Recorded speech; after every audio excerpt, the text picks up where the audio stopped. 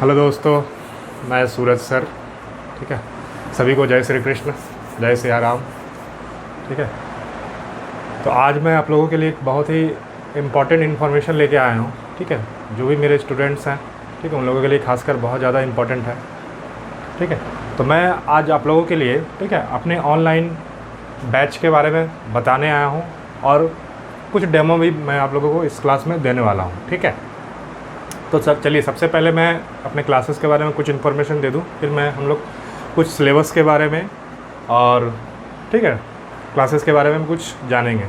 ठीक है, तो मेरी जो क्लासेस है वो 11 अगस्त 2020 से आ रही है। ठीक है, ये आने वाला अगस्त जो 11 अगस्त है उसका जो, ठीक है, और उसका जो टाइमिंग रहेगा सुबह 9 से 10 तक, और ये क्लासेस लाइव क्लासेस होगी और जो जूम ऐप पे, ठीक है, होगी। ठीक है, ये जूम ऐप पे क्लासेस चलेगी। तो जो आप लोग क्लास करना चाहते हैं, ठीक है, वो पहले तो जूम ऐप को डाउनलोड आप लोग करेंगे। ठीक है, ये जूम ऐप आप लोग पहले डाउनलोड कर लीजिए। फिर बात रहा क्लासेस का टाइमिंग का कि कब क्लासेस होगा, कौन कौन सा दिन में क्लासेस होगा। ठीक है, तो इसका जो टाइमिंग है मंगलवार, बृहस्पतिवार और शनिवार को। ठीक है, ट्यूसडे, थर्सडे और सैटरडे। ठीक है, और आपको एकदम ऑफलाइन में जो बैच क्लासेस मेरी चलती है एकदम उस तरह का फीलिंग आएगा क्लास में। ठीक है, आप लोग कोई भी डाउट क्लास में उसी समय पूछ सकते हैं। ठीक है, लाइव क्लास के दौरान ये पूरा क्लास लाइव क्लास चलेगी, कोई रिकॉर्डेड क्लास नहीं होगी। ठीक है, तो याद रखिए 11 अगस्त 2020 से। ठीक है, और ठीक है, और बाकी बहुत सारा और भी इन्फॉर्मेशन मैं जो क्लास के बीच में देता रहूँगा। ठीक है, तो थोड़ा सा मैं और ये जो बैच है मेरा नया बैच, ये खासकर बिगिनर्स के लिए बहुत ज़्यादा इम्पोर्टेंट साबित होगा। ठीक है, जो अभी जस्ट कंपटीशन में इंटर किए हैं, ठीक है, उनके लिए काफ़ी इम्पोर्टेंट होने वाला है ये क्लास। ठीक है, तो मैं उन लोगों को इससे रिक्वेस्ट करूँगा जो अभी हाल में 12 पास किए हैं, ठीक है, जो एचएस का एग्ज़ाम दे के अभी कंपटीशन में आना चाहते हैं, उन लोगों के लिए खासकर ये इम्पोर्टेंट है वीडियो, बिगिनर्स के लिए बोल सकता हूँ मैं। ठीक है, तो उन लोगों के लिए एक अपॉर्चुनिटी है। ठीक है, तो इस अपॉर्चुनिटी का आप लोग यूज़ करिए और घर बैठे आप लोग अब पढ़ सकते हैं। ठीक है, क्योंकि कोरोना के कारण सभी, ठीक है, कहीं बाहर नहीं निकल पा रहे हम लोग। बहुत सारे स्टूडेंट्स मुझे फ़ोन करते हैं दुर्गापुर, रानीगंज के, कि सर क्लास नहीं आ पा रहे, तो कुछ ऐसा करिए कि हम लोग घर बैठे ही क्लास करें। तो ये आप लोगों के लिए अपॉर्चुनिटी समझिए। ठीक है, तो चलिए मैं थोड़ा सा अभी मैं सिलेबस के बारे में डिस्कस करूँगा और इसमें मैं जो सब्जेक्ट करवाऊँगा, कौन कौन सा सब्जेक्ट मैं कंपटीशन का पढ़ाने वाला हूँ, तो उसको थोड़ा सा मैं लिख दूँ। ठीक है, इसमें मैं मैथ और रीजनिंग, ये 2 सब्जेक्ट आप लोगों को मैं करवाने वाला हूँ। ठीक है, तो चूँकि जो टाइमिंग है मंगलवार, बृहस्पतिवार और शनिवार का, तो इसमें 2 दिन, फर्स्ट 2 डेज़ मतलब मंगलवार और बृहस्पतिवार मैथ का क्लास होगा। ठीक है, और शनिवार को रीजनिंग का क्लास होगा। ठीक है, जैसा कि मैं नॉर्मल अपने ऑफलाइन के बैच में करवाता हूँ, उसी तरह का ये क्लासेस चलेगी। ओके, तो ठीक है, तो 2 सब्जेक्ट होगा, मैथ और रीजनिंग।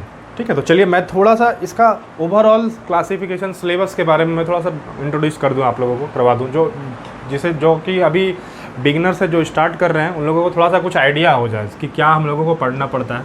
ठीक है, फिर मैं आप लोगों को डेमो क्लास के रूप में कुछ क्वेश्चंस भी करवाऊँगा, तो उसके लिए तैयार रहिए आप लोग। तो चलिए मैथ का यदि बात किया जाए, कम्पिटिटिव मैथ का मैं बात कर रहा हूँ।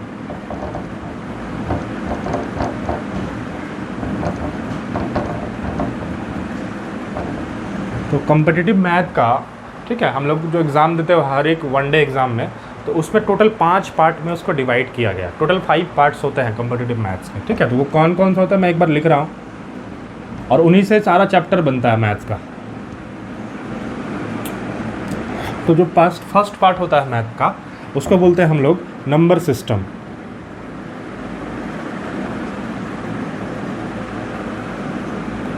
ठीक है, नंबर सिस्टम में लगभग 7 से 8 चैप्टर हम लोगों को पढ़ना पड़ता है। ठीक है, हर एक डिपार्टमेंट के अंदर कुछ ना कुछ चैप्टर्स होते हैं। ठीक है, 3-4 या किसी के अंदर कुछ ज़्यादा चैप्टर्स होते हैं। तो नंबर सिस्टम एक डिपार्टमेंट है मैथ का, एक पार्ट बोल सकते हैं आप इसको। ठीक है, दूसरा जो पार्ट होता है इसको हम लोग बोलते हैं कमर्शियल मैथ। कमर्शियल नाम से लग रहा है, कॉमर्स बिजनेस से रिलेटेड कुछ ऐसा कोई चैप्टर, जैसे प्रॉफिट लॉस, पार्टनरशिप, ये सब जो चैप्टर्स होते हैं ये कमर्शियल मैथ के अंदर आता है। ठीक है, मतलब इसके अंदर भी 4 से 5 चैप्टर आएगा। ठीक है, नेक्स्ट अगला जो पार्ट है, ठीक है, थर्ड पार्ट, चल यहाँ थोड़ा सा मैं लिखता हूँ। ठीक है, थर्ड पार्ट को हम लोग बोलते हैं टाइम एंड सीक्वेंस। ठीक है, समय और, ठीक है, सीक्वेंस से रिलेटेड क्वेश्चन। ठीक है, जो समय और दूरी से ट्रेन चैप्टर हो गया, बोर्ड एंड स्टीम, इसमें भी लगभग 4-5 चैप्टर आते हैं। ठीक है, सभी डिपार्टमेंट के अंदर कुछ ना कुछ चैप्टर्स आते हैं। ठीक है, चौथा जो पार्ट होता है, फोर्थ पार्ट, उसका नाम है मेजरमेंट। मेजरमेंट मतलब माप तौल संबंधी। ठीक है, तो मेजरमेंट के अंदर भी बहुत सारा चैप्टर आता है। ठीक है, तो उसको भी हम लोग देखेंगे। तो ये भी एक डिपार्टमेंट होता है मैथ का। पांचवा जो पार्ट होता है उसको बोलते हैं हम लोग एडवांस मैथ। ठीक है, एडवांस मैथ में जैसे त्रिकोणमिति, ज्योमेट्री, ठीक है, अलजेब्रा, ये सब जो पढ़ना पड़ता है उसके अंदर एडवांस मैथ के अंतर्गत पढ़ते हैं हम लोग। ठीक है, तो ये देखिए टोटल जो कम्पिटिटिव मैथ है उसका टोटल 5 डिवीज़न होता है, 5 पार्ट होता है ओवरऑल। यदि देखा जाए, ये मैं चैप्टर का नाम नहीं लिख रहा हूँ, ये क्लासिफिकेशन, ओवरऑल क्लासिफिकेशन, डिपार्टमेंट बोल सकते हैं। ये 5 डिपार्टमेंट होता है मैथ का।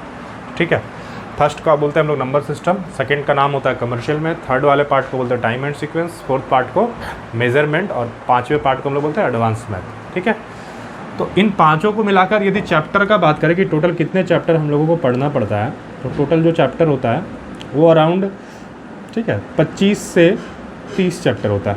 ठीक है, कुछ 30 से 35 चैप्टर आप बोल सकते हैं, कुछ नया चैप्टर अपडेट हो गया, तो 30 to 35 चैप्टर्स इसके अंतर्गत आते हैं। ये 35 चैप्टर मैक्सिमम मान के चलिए, ये 35 चैप्टर में पूरा मैथ कवर हो जाता है, चाहे किसी भी डिपार्टमेंट का। ये मैं सारा एग्ज़ाम का बात कर रहा हूँ, बैंक, रेलवे, एसएससी, कोई भी कम्पिटिटिव एग्ज़ाम हो, वो 30 से 35 चैप्टर के अंतर्गत सारा कवर हो जाता है। ठीक है, ओके।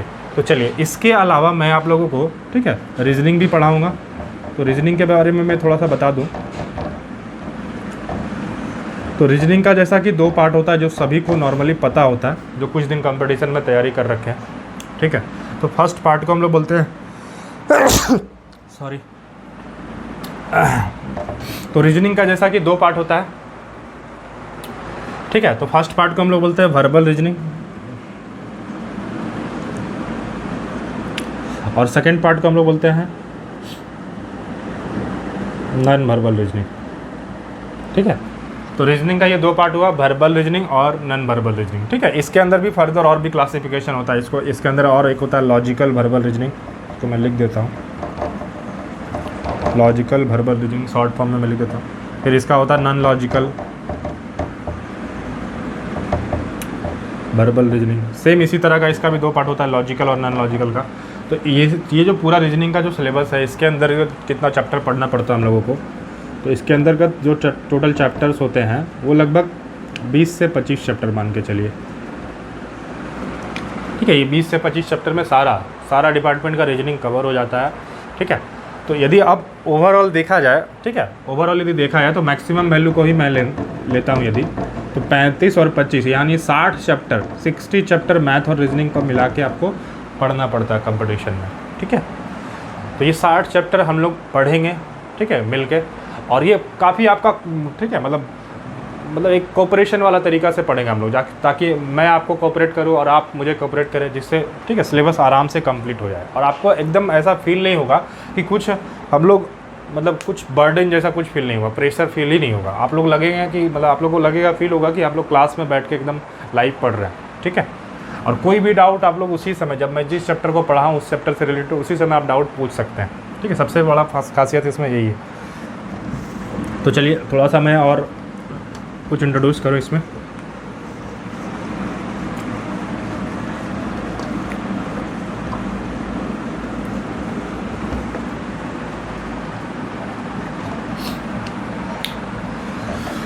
अच्छा, अब बात आता है डेमो का।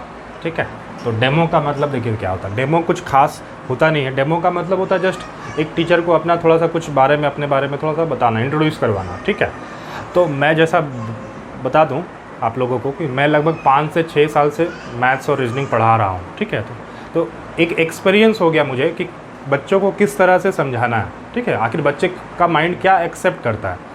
ठीक है, टीचर्स का काम केवल क्वेश्चंस को सॉल्व करवाना नहीं होता है। ठीक है, क्वेश्चन को आसान बनाना टीचर का काम होता है। ठीक है, तो आसान बनाने का मतलब क्या होता है, थोड़ा सा मैं एक दो एग्जांपल एकदम बेसिक लेवल का जो एकदम बिगनर्स है उनको भी समझ में आएगा, ताकि मैं ऐसा एग्जांपल्स लूँ, ठीक है। और कुछ अच्छा एग्जांपल भी लूँगा जो आपको आगे लेवल के बच्चों को भी लिए होगा, ठीक है। तो चलिए मैं एकदम बेसिक सा एक एग्जांपल लेता हूँ। जैसे मान लीजिए ये आपका जोड़ घटाव है फ्रैक्शन का, इसको यदि करना है प्लस माइनस, तो आप लोग जो अभी क्लास 10 पास करके आए होंगे या 12 पास करके कर रहे होंगे, ठीक है, कंपटीशन में आए होंगे, ठीक है ना। तो उन लोग का ये तरीका क्या होता है कि सबसे पहले इसको मल्टीप्लाई करते हैं, आप लोग इन दोनों को मल्टीप्लाई करते हैं, फिर क्या करते हैं, फिर 5 को इसमें जोड़ते हैं। चलिए एक बार देखते हैं। 11 से इसको मल्टीप्लाई करेंगे तो 11 पचे 55, 11 छके 66 और 5 71, कितना हो गया 715। और ऊपर में कितना है 5, तो 715 में ये 5 आप जोड़िएगा तो 720/11, ठीक है ना, माइनस ये 61, नीचे आप 1 लिख सकते हैं, ठीक है। इसके बाद क्या करते हैं हम लोग, इसका एलसीएम लेते हैं। तो एलसीएम कितना आ गया, 11 आ गया एलसीएम, ठीक है। अब इससे देखते हैं इसको डिवाइड करके कि कितना टाइम्स में जाएगा। तो 1 टाइम्स में 11, इस 11 को एक बार में काट देगा, मतलब काट देगा। तो 1 से इसको मल्टीप्लाई करेंगे तो 720 माइनस, ये आप लोग ऐसे करते हो, आप लोग को आता है, फिर भी मैं एक बार दिखा दे रहा हूँ। फिर इससे इसको डिवाइड करेंगे तो ये 11 टाइम्स में जाएगा, तो 11 से इसको मल्टीप्लाई करूँगा तो आएगा 671, ठीक है। फिर यहाँ पे आप इसमें से इसको माइनस करिएगा तो आपका लगभग 49 आएगा, ठीक है। 10 में से 1 गया तो 9, और यहाँ पे 11 में 7 गया तो 4, 49, और ये नीचे 11। ये भी आंसर नहीं हुआ, अभी इसको फिर से फ्रैक्शन में तोड़ना पड़ेगा, पूर्णांक में तोड़ना पड़ता है। तो 11 से डिवाइड करिएगा तो 11 चौके 44, 5 49, ये फाइनली जाके आपका उत्तर आता है, ये आंसर आता है। लेकिन ये देखो, ये जो कंपटीशन का तरीका कभी हो ही नहीं सकता, क्योंकि ये एकेडमिक का तरीका है। और आपको याद रखिए, एक क्वेश्चन का जो एवरेज टाइमिंग होता है कंपटीशन के एग्ज़ाम में वो होता है 45 सेकेंड, ठीक है, पर क्वेश्चन। एक क्वेश्चन का जो टाइमिंग होता है वो होता है 45 सेकेंड, ये याद रखिएगा। अब 45 सेकेंड, ये तो क्वेश्चन पहला बात इतना आसान तो आता नहीं है, ठीक है। ये किसी एक लंबे से क्वेश्चन में एक छोटा सा पार्ट है ये क्वेश्चन का, तो आप उस छोटे से पार्ट को करने में लगभग 1 मिनट लगा दे रहे हो, तो 45 सेकंड में पूरा क्वेश्चन कैसे हो पाएगा, ठीक है। तो मैं बस उसी तरीका पे बात करना चाहता हूँ कि हम लोग कैसे हर एक क्वेश्चन को विदिन 45 सेकंड कैसे कर पाएँ। 45 सेकंड तो ज़्यादा हो गया, हम लोग जब पढ़ने लगेंगे तो आप लोग हर क्वेश्चन को 20 से 25 सेकंड के अंदर सॉल्व कर देंगे, ठीक है। तो चलिए देखते हैं। तो अब जैसे ये क्वेश्चन है, ठीक है, अब इसी का क्या होता है आपको मैं बुक्स वगैरह और भी, ठीक है, जो टीचर्स पढ़ाते हैं उसके बारे में भी थोड़ा सा बताता हूँ। जैसे इसके बुक्स में इसका क्या शॉर्टकट लिखा रहता है, A/B/C - D, तो इसका शॉर्टकट बना देगा बुक्स में कि A - D/B/C। लेकिन देखिए ये क्या हो गया ना, ये एक फार्मूला टाइप का हो गया, इसको आपको रटना पड़ेगा। यदि बाई चांस कहीं भूल गए, गलती से भूल ही गए, ठीक है, तो फिर आपका कहीं ना कहीं, चूँकि फार्मूला एक तो नहीं है ना, लगभग हर एक चैप्टर में 100 फार्मूले मिलेंगे, तो क्या उतना फार्मूला 3000 4000 फार्मूला रट के आप एग्ज़ाम में जाएंगे क्या? तो वैसा नहीं होता, ठीक है। तो हम लोग जिस तरीका से पढ़ेंगे वो बेसिकली वो तरीका डिपेंड करेगा कि कॉन्सेप्ट को कैसे छोटा कर सकते हैं हम लोग, ठीक है। कॉन्सेप्ट को, कोई भी कितना भी बड़ा कॉन्सेप्ट हो, हम लोग उसको छोटा करके पढ़ेंगे। और वो जब भी आपको कॉन्सेप्ट समझ में आ जाता है तो आप उसको कितना भी छोटा कर सकते हो, ठीक है। और ये हम लोग और अपने प्रैक्टिकल लाइफ से भी चीज़ों को जोड़ के सीखेंगे, ठीक है। जैसे अब ये फार्मूला तो याद, मान लो बाई चांस कोई कर लिया तो जल्दी से बना सकता है, लेकिन याद तो करना पड़ेगा ना। उस समय एग्ज़ाम में एट ए टाइम इतना सारा फार्मूला कैसे याद रख सकता है, ठीक है। तो हम लोग का जो मेन मोटिव होगा कि कॉन्सेप्ट को समझ के उसको छोटा करना, ठीक है। जैसे मैं इसी में छोटा सा आपसे एक बात पूछता हूँ इसी क्वेश्चन को के रिस्पेक्ट में। जैसे मान लिया आप लोग के पास 4.5 रुपया, ध्यान से सुनिएगा, 4.5 रुपया है, उसमें से आप 2 रुपया खर्च कर दिए, तो आपके पास कितना बचा? 4.5 रुपया में से आप 2 रुपया खर्च कर दिए, तो आपके पास कितना बचेगा? 2.5 रुपया। बताइए बचेगा कि नहीं बचेगा, ठीक है। ये इसका आंसर आप बिना कैलकुलेशन का दे सकते हैं। आप नॉर्मली दुकान जाते हैं, ये कोई भी बता सकता है, जो पढ़ता है, जो रिक्शा चलाता है, यहाँ तक कि वो भी तुरंत बता सकता है कि 4.5 रुपया में से है आपके पास, उसमें से 2 रुपया आप खर्चा किए, तो आप आंसर बता रहे हो 2.5 रुपया, तुरंत आपके दिमाग में आता है, ठीक है। तो आखिर देखिए, मैं जो आपसे पूछा, ठीक है, कि 4.5 रुपया में से कितना माइनस करने बोला मैंने? 2 रुपया। तो आप लोग तुरंत बिना सोचे समझे, ना तो कोई ट्रिक लगाए ना तो कुछ लगाए, आप लोग डेली लाइफ में जो यूज़ करते उसी का इस्तेमाल करके आप तुरंत आंसर बोल रहे हो कि कितना रुपया? 2.5 रुपया, ठीक है। तो आखिर देखिए यहाँ पे देखो, 1 सेकंड भी नहीं लगा, आपका आंसर आ गया 2.5 रुपया। लेकिन यही क्वेश्चन को हम ऐसे लिख देते हैं तो आप लोग थोड़ा सा सोचने लगते हो, मतलब सोचने क्या, वही नॉर्मल प्रोसीजर फॉलो करते हैं हम लोग, है ना। तो हम लोग यहाँ पे डायरेक्ट आंसर कैसे बोल पाए, बस उस चीज़ को सोच लेना कि हम लोग जो प्रैक्टिकल लाइफ में यूज़ करते आए हैं आज तक चीज़ों को, वो कैसे यूज़ करते हैं उसको समझना है। एक बार आप यदि उसको समझ लीजिएगा तो फिर आपको किसी भी चीज़ को सीखने में दिक्कत नहीं होगी, ठीक है। तो चलिए, तो यहाँ पे हम लोग 2.5 रुपया मेरे माइंड में तुरंत कैसे आया, आपके माइंड में कैसे आया तुरंत, तो हम लोग क्या किए ना, हमारे पास जो पूरा पैसा था, परफेक्ट पैसा, परफेक्ट रुपया बोल सकते हो आप उसको, उसमें से परफेक्ट रुपया इधर जो था उसको माइनस कर लिए। जैसे 4 में से 2 माइनस किए तो 2 हो गया, और बाकी जो खुचड़ा पैसा आप बोल सकते हैं इसको, उसको फ्रैक्शन वाला पैसा, उसको आप इसको साथ में लिख दिए, उतार देते हो। ऐसे ही करते हैं हम लोग। तो यहाँ पे भी तो वही कर सकते हैं, सेम डिज़ाइन का कुछ डिज़ाइन देखिए क्वेश्चन का, नंबर नहीं दिखना आपको, ठीक है।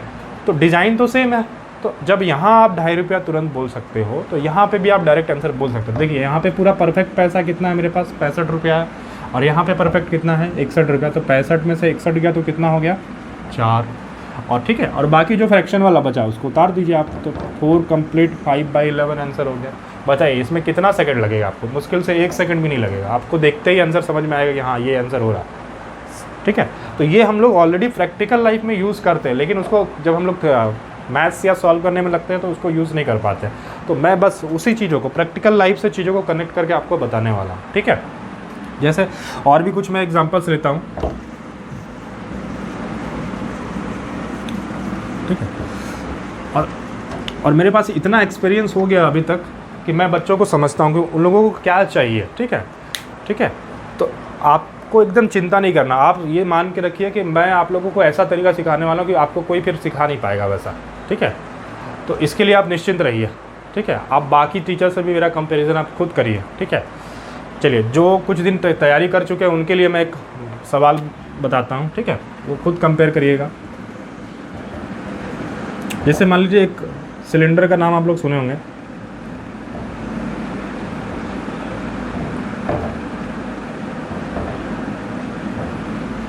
ठीक है। तो सिलेंडर का जो ये होता है इसको बोलते हैं हम लोग रेडियस, ठीक है। तो मान लो क्वेश्चन में दे दिया है कि किसी सिलेंडर का, ठीक है, किसी सिलेंडर का कर्व्ड सरफेस एरिया, ठीक है, कुछ दे दिया, मान लो 294 सेंटीमीटर ऐसा कुछ दिया हुआ है, ठीक है, ठीक है ना। और उसका रेडियस भी कुछ दे दिया, मान लो 3 सेंटीमीटर दे दिया, ठीक है। देख, जस्ट एक डेमो के लिए क्वेश्चन मैं करवा रहा हूँ, ठीक है, जिनसे आपको पता चले कि मैं आप लोग मेरे पास क्यों पढ़ोगे, ठीक है। इसके लिए जस्ट एक एग्जांपल है, ठीक है। तो मान लो किसी सिलेंडर का जो कर्व्ड सरफेस एरिया होता है वो दे दिया, मैं सब कुछ समझाऊंगा, ये जस्ट एक एग्जांपल के लिए। कर्व्ड सरफेस एरिया होता क्या है उसको भी मैं बताऊँगा, टोटल सरफेस एरिया क्या होता है, वॉल्यूम क्या होता है, सब कुछ मैं सिखाऊँगा। फिर भी एक जस्ट एग्जाम्पल के लिए मैं एक क्वेश्चन ले रहा हूँ। तो कर्व सरफेस एरिया मान लीजिए किसी सिलेंडर का दिया हुआ 294 सेंटीमीटर, और उसका रेडियस दे दिया है 3 सेंटीमीटर। आपसे पूछा है क्या, वॉल्यूम बताइए, ठीक है। तो आप लोग देखिएगा, ये सिंपल सा क्वेश्चन है। अब इसको सॉल्व करना मैं नहीं सिखाऊंगा नहीं, ठीक है। सॉल्व करना आप लोगों को सबको आता है, मुझे जहाँ तक पता है, जिसको फार्मूला आता होगा वॉल्यूम का उस सब बना लेंगे इस क्वेश्चन को। लेकिन बनाना कैसे ये मायने रखता है, आप कैसे एग्जाम में इस चीज़ को अटेम्प्ट करते हो, ठीक है, वो टीचर का काम है, ठीक है। बनवाना, केवल क्वेश्चन को सॉल्व करवाना टीचर का काम नहीं होता, कैसे बनवाना है, ठीक है, वो इम्पोर्टेंट होता है। तो चलिए अब हम लोग सीखते हैं। पहले मैं आपको नॉर्मल तरीका से बताता हूँ कि आप लोग कैसे करते हो, ठीक है। तो हमको लगता है कि 99% बच्चे ऐसे ही करते हैं। सबसे पहले वॉल्यूम का फार्मूला उनको पता होगा, तो वॉल्यूम का फार्मूला होता है πr²h। तो वॉल्यूम के लिए हमको ये चाहिए, सिलेंडर का यदि वॉल्यूम निकालना है तो हमको चाहिए r चाहिए, h चाहिए। तो देखो, कर्व सरफेस एरिया का फार्मूला जो होता है वो होता है 2πr, कितना होता है 2πr, तो ठीक है 2πrh होता है, सॉरी, ठीक है 2πrh कर्व सरफेस एरिया का फार्मूला होता है, ठीक है ना। अभी खाली जान के रखिए कि इसका फार्मूला ये होता है, कैसे आता है ये सब मैं बताऊंगा, ठीक है ना, ओके। तो अब देखिए 2πrh का वैल्यू आपका दिया हुआ कितना, 294 सेंटीमीटर, ओके। तो सबसे पहले बच्चों का दिमाग में ये आता है कि मुझे तो वॉल्यूम चाहिए, और वॉल्यूम में h आना चाहिए, आपको पता होना चाहिए, ठीक है, h आपको पता होना चाहिए, ठीक है, तभी आप इसको निकाल पाइएगा, ठीक है। तो सबसे पहले बच्चे क्या करेंगे, हम लोग लिखेंगे कि 2πrh बराबर ये जो दिया हुआ 294 सेंटीमीटर। तो सबसे पहले बच्चे करते क्या कि यहाँ से h का वैल्यू निकालते हैं, ठीक है, यहाँ से क्या करते हैं, h का वैल्यू निकालते हैं। तो 294, ठीक है, डिवाइडेड बाई 2, ये वाला 2 इधर आ जाएगा, ठीक है, पाई भी नीचे आएगा, और आर का भी वैल्यू नीचे आएगा। यहाँ से ये जो कैलकुलेट करके आएगा वो क्या होगा, एच का वैल्यू आएगा। यहाँ तक भी यदि कोई बच्चा सॉल्व करके एच को, मतलब यहीं तक यदि एच का वैल्यू रखता है फिर उसको कैलकुलेशन में पुट करता है तो मैं उसको इंटेलिजेंट मानता हूँ। लेकिन अब बच्चे लोग करते क्या हैं, ठीक है, मतलब पूरा क्वेश्चन को ही बर्बाद कर देते हैं। देखिए क्या करेंगे, फिर एच का वैल्यू निकालने के लिए सबका मान पुट करेंगे, 2 इंटू पाई का मान पुट करेंगे 22/7, ठीक है, फिर जाके आर का वैल्यू पुट करेंगे 3। अब फिर इसको ऊपर लेके जाएंगे, ठीक है, 294, ठीक है, मतलब ये 7 चला जाएगा ऊपर, ठीक है, 2 इंटू 22 इंटू 3, ये जाके जो भी कैलकुलेट करके आएगा वो एच का वैल्यू आएगा। फिर एच का वैल्यू को निकाल के फिर इस फार्मूला में पुट करेंगे पाई आर स्क्वायर एच में, तब जाके उनका आंसर आने वाला, ठीक है। तो ये कंपटीशन का तरीका तो कतई नहीं हो सकता, ठीक है। यदि आप कंपटीशन में इसी तरह से सॉल्व कर रहे हो, ये है स्कूल का मेथड, जो इसी क्वेश्चन को करने में लगभग 5 नंबर मिल जाता था आपको, ठीक है। ये सेम क्वेश्चन यदि आए कंपटीशन का एग्ज़ाम में, एकेडमिक वाले एग्ज़ाम में, तो आपको 5 मार्क्स का आता था। तो आप इस पूरा प्रोसीजर को फॉलो करके बनाते थे, ठीक है ना।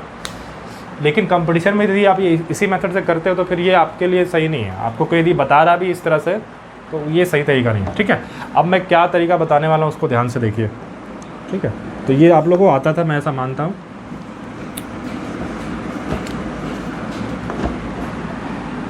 अब देखिए हम लोगों का तरीका क्या होता है, ठीक है, उसको समझते हैं।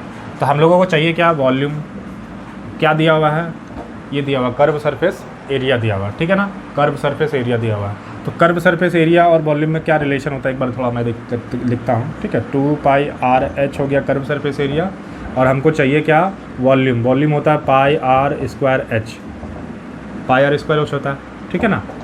तो ये ध्यान रखिए, हमको चाहिए वॉल्यूम भी चाहिए, ठीक है। तो अब देखो इसको हमको कन्वर्ट करना है पाई आर स्क्वायर एच में। तो क्या मैं थोड़ा ध्यान से देखिएगा, क्या मैं, ठीक है, इसमें, ठीक है, क्या मैं इसमें इसको 2 से डिवाइड कर दूं, कितना से डिवाइड कर दूं, 2 से, मतलब इसका वैल्यू तो दिया हुआ 294, मैं चलो 294 लिख देता हूँ, लिखे देता हूँ, ठीक है। 2 पाई आर एच का वैल्यू कितना दिया हुआ था, 294, ओके।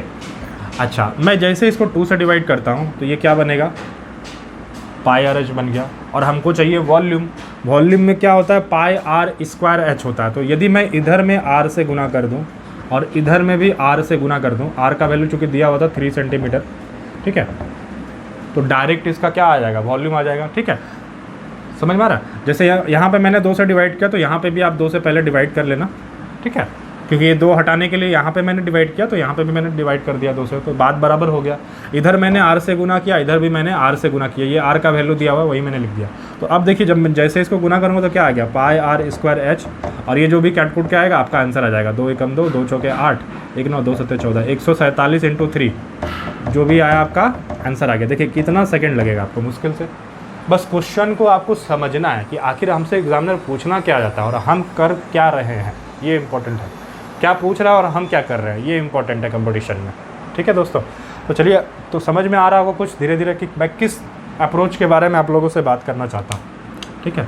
तो याद रखिए हम, ठीक है, ये वीडियो ज़्यादा मैं लंबा नहीं करूँगा, थोड़ा सा मैं क्लास का इन्फॉर्मेशन ही देने आया हूँ, चलिए, ठीक है। और मंगलवार से सुबह 9 बजे को जो क्लासेस होगी एकदम रेगुलर क्लासेस चलेगी, ठीक है। एकदम बेसिक से मैं स्टार्ट करूँगा। जिनको मैथ का, ठीक है, एकदम जीरो भी नहीं आता ना, वो भी मैथ एकदम एक्सपर्ट बन जाएंगे 3 से 4 मंथ के अंदर, ठीक है ना, ओके। और जो भी इंक्वायरी होगा आप इस नंबर पे मुझे कॉल करके पूछ सकते हैं, 8759409951, ये मेरा नंबर है, पर्सनल नंबर है। व्हाट्सअप नंबर भी मेरा यही है। तो आप लोग बाकी के लिए इन्फॉर्मेशन के लिए इसमें पूछ सकते हैं। तो आप लोगों को थोड़ा फ़ीस के बारे में सोच रहे होंगे कि कितना फ़ीस है, तो फ़ीस के बारे में बता दूँ, ये मंथली फ़ीस है, आपको कोई प्रेशर का ज़रूरत नहीं है। आपको जिस मंथ में लगे कि सर मुझे ख़राब पढ़ा रही है, कुछ समझ में नहीं आ रहा, तो आप उसी मंथ को स्किप कर सकते हैं, ठीक है। तो मंथली फ़ीस है मात्र 500 रुपया, ठीक है, 500 रुपये का फ़ीस है। और सप्ताह में 3 दिन क्लासेस है, और बीच बीच में मैं मंथ में 1 या 2, ठीक है, 2 दिन मैं आप लोगों का डाउट क्लास भी दूंगा, ठीक है, मतलब अपने से डाउट, ऐसा तो डाउट तो आप लोग क्लास में ही पूछ सकते हो, ठीक है। मंगलवार, बृहस्पतिवार, शनिवार को कॉल करके भी आप मुझे रात को 9 बजे के बाद कॉल करके डाउट कोई भी क्वेश्चन हो आप उसी से रिलेटेड, चैप्टर से रिलेटेड पूछ सकते हो उसी समय, ठीक है। तो चलिए, धन्यवाद। और इस वीडियो को थोड़ा शेयर करिए आप लोग, जिससे मुझे भी थोड़ा हेल्प मिले आप लोगों का, ठीक है। और ज़्यादा से ज़्यादा इस इन्फॉर्मेशन को आप लोग सेंड करिए सभी को, ठीक है। चलिए, धन्यवाद, थैंक यू वेरी मच।